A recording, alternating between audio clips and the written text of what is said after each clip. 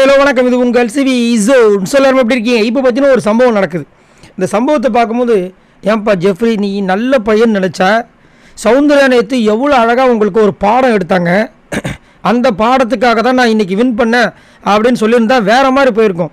அதை விட்டுட்டு அங்கே வந்து என்ன சொல்கிறாரு, நான் ஆக்சுவலாக இங்கே வந்து ஜாக்லின் வந்து கேட்குறாங்க, ஏய் நீ சாட்சி எனக்கு விட்டு கொடுக்க தான் சொன்னேன், ஏன் அப்புறம் என்னாச்சு, ஏன் வின் பண்ணேன் அப்படின்னும் போது பக்கத்தில் சௌந்தர்யா நிற்கிறாங்க. நான் சௌந்தர்யா நிற்கிது அப்புறமா சொல்கிறேன்றாரு. உடனே அவங்க டீசெண்டாக வந்து இல்லை நான் மேக்கப் போட போகிறேன்னு சொல்லிட்டு போயிட்டாங்க. போனதுக்கப்புறம் என்ன பண்ணுறாரு, இல்லை நான் ஆக்சுவலாக நான் 2-3 வாட்டி பார்த்துட்டு விட்டுட்டேன், போய் பச்சை போய். ஏன் அப்படி பார்த்தீங்கன்னா நம்ம தான் அந்த லைவ் பார்த்துமே சாச்சனா இவர் வந்து பயங்கரமாக வந்து டென்ஷன் பண்ணி விட்டாங்க. டப்புன்னு எடுக்க ஆரம்பிச்சிட்டாங்க. அப்போ இவருக்கு பயம் வந்து வழியே இல்லாமல் தான் எடுத்தார்.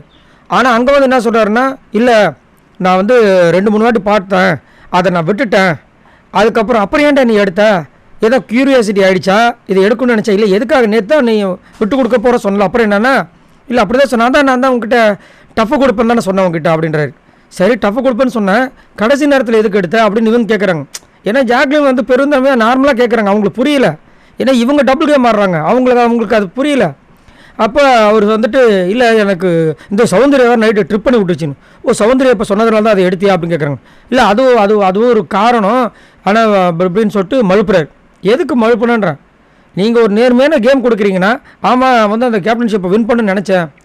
ஏன்னா நேற்று சௌந்தர்யா அவ்வளோ அழகாக ஒரு விஷயத்த சொல்லியிருந்தாங்க. ஏன்னா நீ இப்போ விட்டு கொடுக்குறது உன்னை மாதிரி வெளியில் கஷ்டப்பட்டுட்டு முன்னேறணும்னு நினைக்கிறான் பற்றியா, அவன் எல்லாம் சேர்ந்து விட்டு கொடுக்குற மாதிரி, நீ அவனுக்காக விளாட்றா, நீ ஜெயிக்கணும்னு ஆசைப்படுறான்னு சொல்லிட்டு பயங்கரமாக பேசியிருப்பாங்க. சூப்பராக இருந்துச்சு. அப்போ சௌந்தர்யாவோட பேச்சுக்கு அங்கே மதிப்பே இல்லையா, ஏன் ஜெஃப்ரி இப்படி இருக்கீங்கன்ற மாதிரி இருந்துச்சு. ஏன்னா உங்களை வந்துட்டு இவங்க 2 பேரும் அக்கா தம்பியாக பழகிறாங்க, அவங்கக்கிட்ட கூட நீங்கள் உண்மையை சொல்லாமல் இப்படி டபுள் கேம் ஆடினீங்கன்னா அப்புறம் எப்படி நீங்கள் வந்துட்டு மக்கள்கிட்ட வந்துட்டு ஒரு நல்ல மரியாதை கிடைக்கும்னு சத்தியமாக புரியல. ஸோ இதுக்கு எனக்கு இது எப்படி பார்க்குறேன்னா, ஜெஃப்ரி கிட்ட இருந்தால் ஜாக்லினும் சௌந்தர்யா ரொம்ப பாதுகாப்பாக இருக்கணும் போல இருக்குது. ஏன்னா அங்கே வந்துட்டு அவருக்கு ஒரு தன்மானம்னு ஒன்று இருக்குல்ல. இவர் இங்கே என்ன தான் சொன்னாலும் நேற்று நைட்டே வேறு சொல்லிட்டார் சௌந்தர்யா கிட்ட, நான் உனக்காக வின் பண்ணுறேன் அப்படின்ட்டு. இங்கே வந்து நீங்கள் வந்து ஜெயிச்சுட்டு அதை வந்து ஒரு மாதிரி இதுவாக மாற்றி பேசக்கூடாது. என்னத்த சொல்ல. சரி நீங்கள் உங்களோட கமெண்ட்ஸ் சொல்லுங்கள். நீங்கள் கண்டிப்பாக லைவ் பார்த்துருப்பீங்க. அதை பார்க்கும்போது உங்களுக்கு அதுலேயே தெரிஞ்சிச்சு சாச்சனா சூப்பராக வந்து கிளவராக செம்மையாக விளாண்டாங்க. கடைசியில் கூட எடுக்க வேண்டியது இவரும் எடுத்துட்டார். அதை அந்த இது பிளேட்டையும் விட்டுருந்தா அந்த போட்டு ஜெயிக்க போகிறாங்க. அதை விடாமல் பிடிச்சி இழுத்துட்டு இங்கே வந்து இதுக்கு இப்படி ஒரு சப்பக்கட்டுக்காரன் டபுள் கேம் பண்ணுறது என்னோட கருத்து. உங்களோட கருத்தை சொல்லுங்கள். பாய் நண்பர்களே.